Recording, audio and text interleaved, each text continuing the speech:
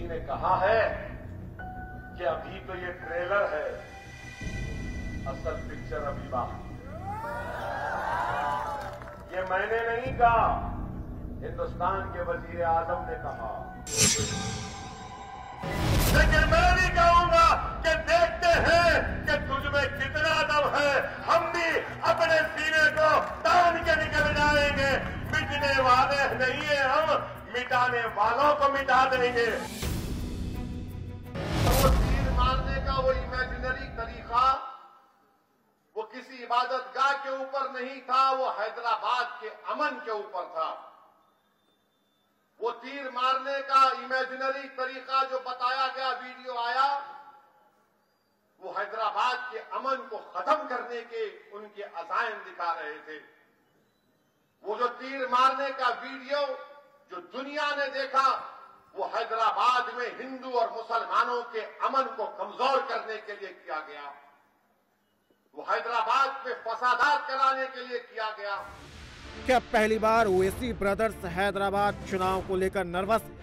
बड़े मियां और छोटे मियां दोनों की बातें सुनी, दोनों की लाइन एक जैसी, दोनों मुस्लिमों को डरा रहे और उनसे मजलिस के लिए वोट मांग रहे। सवाल यह है कि क्या ओवैसी ब्रदर्स हैदराबाद हार रहे, इसलिए अब मुस्लिम का धुन बजाने लगे।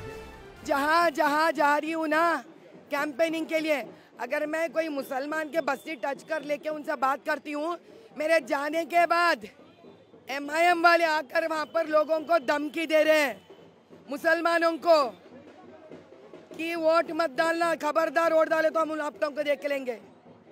मैं ठहर रही हूँ हर मुसलमान के लिए और हर मुसलमान नौजवान के लिए, हर उस पसमंदा औरत के लिए मैं ठहर रही हूँ।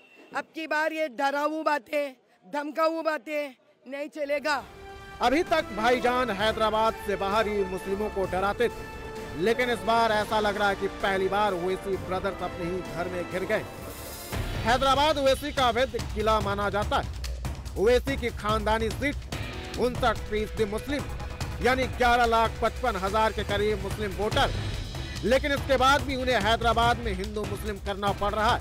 क्या असदुद्दीन ओवैसी को हार का डर सता रहा है और इसीलिए ये सब कुछ अब उन्हें हैदराबाद में भी करना पड़ रहा है?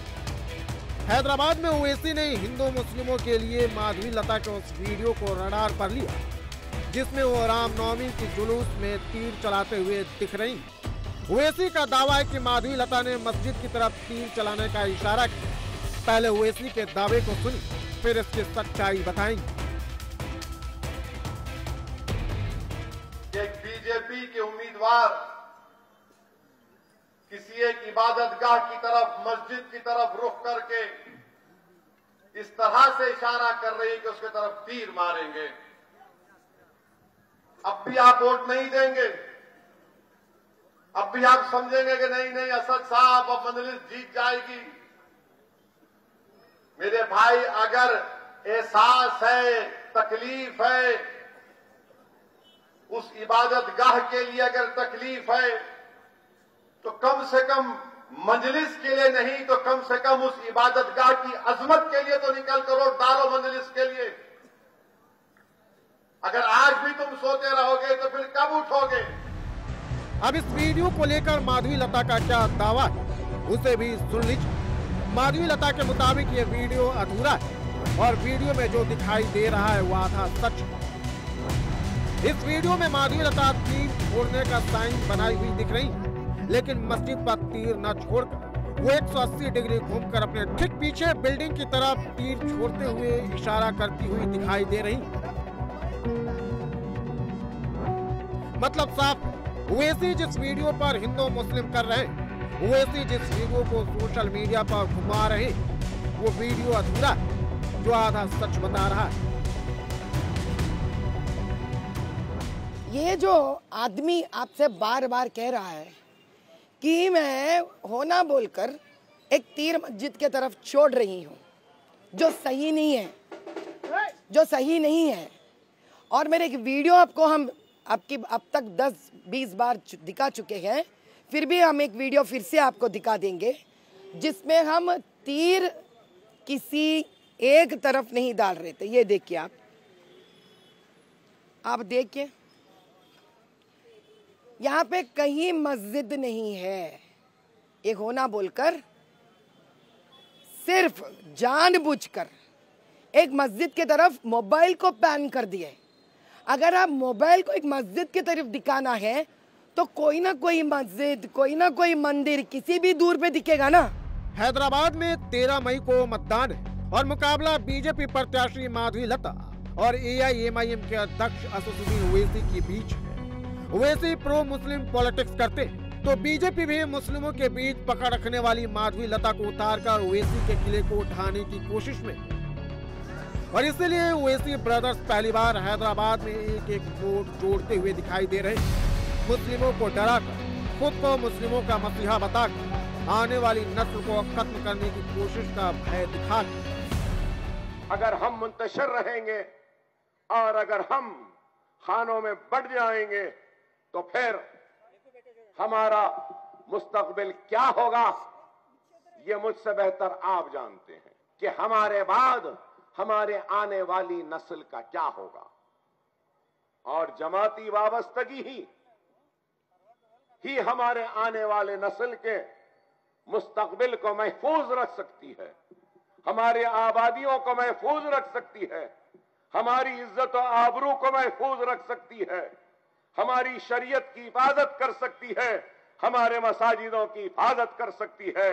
और बुलडोजरों को अगर हमारे महलों में चलने से रोकना है तो हम अपने इत्तेहाद के जरिए ही ये मुमकिन है।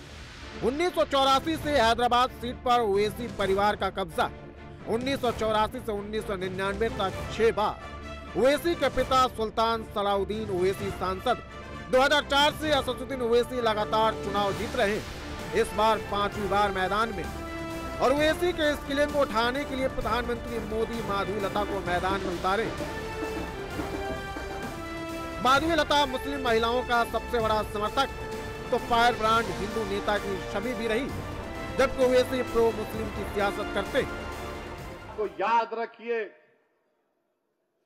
कि जो लोग हमारे वजूद के खिलाफ हैं, जो लोग हमारी शनाख्त को मिटाना चाहते हैं, जो लोग हमारी तहजीब को खत्म करना चाहते हैं, अल्लाह उनके हरकतों से हमको बता रहा है कि देखो ये लोग ऐसे हैं। याद रखो, अगर इस सब चीजों को देखने के बाद भी अगर आप बोलेंगे नहीं 13 तारीख को अरे जीत रही अपनी पार्टी, कोई नहीं हरा सकता, मेरे भाई, तो फिर तुम्हारा वोट तुम नहीं दोगे उन लोगों के खिलाफ जो हमारी शनाख्त को मिटाना चाहते हैं। इस मुसलमान नौजवानों को भड़का रहा है। क्या जब ये बच्चा भड़क के बाहर निकलता है, किसी को घायल करता है या किसी पे पत्थर फेंकता है, तो नुकसान तो उस बच्चे को जन्म देने वाले माँ को होती है ना, असद को तो नहीं होगा। हैदराबाद में पहली बार ओवैसी को विपक्षी प्रत्याशी से कड़ी टक्कर मिल रही है। ओवैसी माधवी लता के आधे अधूरे वीडियो को मुद्दा बनाकर मुस्लिमों को खतरे में बता रहे हैं, लेकिन अब ओवैसी का बीफ वाला वीडियो सामने आया है, जिसमें ओवैसी बीफ शॉप जिंदाबाद का नारा लगा रहे हैं। रेहान बीफ शॉप जिंदाबाद।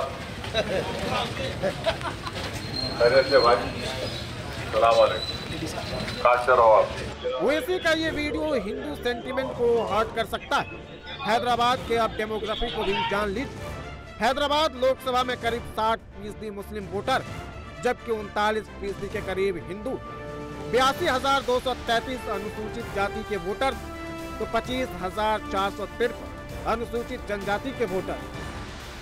लेकिन इस बार माधवी लता 1,16,000 वोटों से जीत का दावा कर रही है।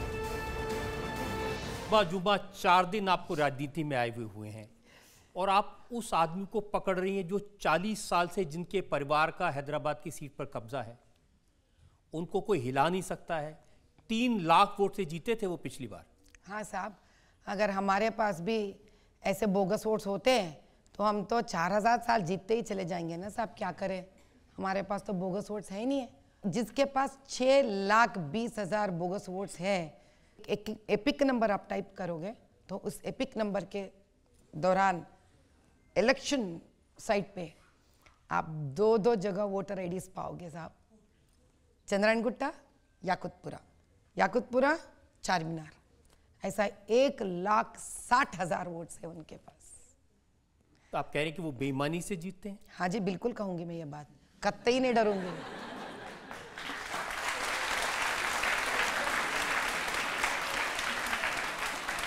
तो इसका मतलब इस बार वोट फिर वो 3 लाख वोटों से जीत जाएंगे? साहब नहीं, 1,50,000 से हार जाएंगे, वो हार जाएंगे साहब, देखते रहिए आप, हरा कर रहेंगे हम। फर्जी वोट माधवीलता का जीत का दावा और चुनाव आयोग के एक्शन ने हैदराबाद में ओवैसी ब्रदर्स की नींद उड़ा दी। हैदराबाद जिले में विधानसभा की 15 सीटें और फर्जी वोटर मुद्दा बनने के बाद चुनाव आयोग 5,41,000 मतदाताओं के नाम को वोटर लिस्ट से हटा दिया। इसमें 47,141 वोटर्स की मौत हो चुकी, 4,39,801 वोटर्स ने अपना पता बदल लिया है, जबकि 54,259 नाम ऐसे जो 2-2 जगह के वोटर। सवाल ये कि ओवैसी की जीत को लेकर माधवीलता जो दावा कर रही वो कितना सही? पूरे जिले में 5,41,000 मतदाताओं के नाम हटाए गए। जाहिर है इसमें ओवैसी की लोकसभा क्षेत्र में आने वाले 7 विधानसभा क्षेत्र के मतदाताओं का नाम भी शामिल, और इसीलिए ओवैसी ब्रदर्स भड़के हुए अब मुस्लिमों को डराकर उन्हें अपने पाले में बनाए रखने की आखिरी कोशिश कर रहे हैं। बीजेपी सबक हासिल नहीं कर रही है। 6 दिसंबर उनके लिए क्या काफी नहीं था? क्या नुपुर शर्मा तुमको और एक मर्तबा चाहिए मिस्टर मोदी? क्या तुमको फिर से नुपुर शर्मा चाहिए मिस्टर अमित शाह? क्या इस विकसित भारत की बात वजीर आजम कर रहे हैं? ये हैदराबाद है बीजेपी आरएसएस वालों, जहां पर हम बरसों से मिलकर रह रहे हैं। हमारे मजहब अलग हो सकते हैं मगर हमारी जबान एक है। इस हरकत तक आप गिर जा रहे हो कि आपके कैंपेनिंग में दिसंबर 6 तारीख के बाद जिक्र कर रहे हो आप, कितना गलत है। नुपुर शर्मा का जिक्र कर रहे हैं आप, दिसंबर 6 तारीख को आप जिक्र कर रहे हो, यानी कि आप सारे चीज आप भड़काऊ भाषण में बाहर लेके आ रहे हो। अरे जब एक लंबा रास्ता तय किए हम लोग श्री राम नवमी को, हम अलग अलग जगह पे करें, वो सेम एक 4 जगहों पे करें हम, ऊपर से मस्जिद बंद था वहां पर, और हम मस्जिद के तरफ थे ही नहीं। मेरे पीछे से जो वीडियो निकला वो वीडियो में मस्जिद मेरे साथ आना था ना, अगर मस्जिद को मैं कर रही तो। ओवैसी ब्रदर्स क्यों डरे हुए वो भी जान लीजिए। हैदराबाद लोकसभा में विधानसभा की 8 सीटें, इसमें से 7 पर AIMIM का कब्जा, जबकि 1 पर बीजेपी के टी राजा सिंह विधायक। 2023 में हुए विधानसभा चुनाव में मालकपेट सीट पर बीजेपी का वोट शेयर 17.98% था। करवान में 23.55% वोट मिला था। चार मीनार में 26.76%, चंद्रयान गुट्टा में 10.68%, याकूतपुरा में 15.92%, बहादुरपुरा में 8.09% और गोशा महल में 54.09% वोट बीजेपी को मिला था। इतना ही नहीं, ग्रेटर हैदराबाद नगर निगम के नतीजे भी ओवैसी ब्रदर्स के लिए सिरदर्द बने हुए। 2020 में हुए चुनाव में बीजेपी के 48 पार्षद चुनाव जीते। तेलंगाना में बीजेपी का ग्रोथ ही भाईजान के राह में सबसे बड़ा रोड़ा बन सकता है। अब ओवैसी मुस्लिमों से ट्रिपल तलाक, CAA और NRC के मुद्दे पर डराकर वोट मांग रहे हैं। अगर आप मजलिस को चाहते हुए भी मजलिस के हक में अपने वोट का इस्तेमाल नहीं करेंगे तो फिर आप उन ताकतों को इख्तियार बख्श रहे हैं जो भारत में यूनिफॉर्म सिविल कोड को लागू करके हमको हमारे तौर तरीके से जो हम अपनी शादी करते हैं उससे हमको रोकना चाहेंगे। अगर आप मजलिस को चाहते हुए अपने वोट का इस्तेमाल नहीं करेंगे 13 मई में, तो फिर आप अपने आप को ही नहीं बल्कि पूरे मुल्क के अकलियतों को, दलितों को, गरीबों को CAA, NPR, NRC के कानून का शिकार बनाएंगे। अगर आप मजलिस को चाहते हुए भी बगैर किसी जेन्युइन रीजन के अपने वोट का इस्तेमाल 13 तारीख को नहीं करेंगे तो फिर आपके दिलों में मुख्तार अंसारी की मौत का गम नहीं है। माफिया मुख्तार के नाम पर ओवैसी हैदराबाद में मुस्लिमों को डराकर वोट मांग रहे। मुख्तार माफिया था, हत्या वसूली, गरीबों की जमीन पर अवैध रूप से कब्जा करने का आरोप था, लेकिन उसकी मौत पर ओवैसी हैदराबाद में मातम मना रहे, मुसलमानों से वोट मांग रहे। अगर आप निकल कर वोट नहीं डालेंगे तो मुझे ये कहना पड़ेगा कि आप उन ताकतों की तायीद कर रहे हैं जो बुलडोजर के जरिए गरीबों का घर तोड़ रहे हैं। अभी बहुत बोलना बाकी है, चौकीदार पे बोलना अभी बाकी है, चाय वाले पे बोलना अभी बाकी है, अभी बहुत है। ओवैसी ब्रदर्स को डर है कि अगर मुस्लिम वोट बटा और हिंदुओं का एक मुश्त वोट माधवीलता के पक्ष में गया तो समझ जाइए हैदराबाद से पतंग का कटना तय।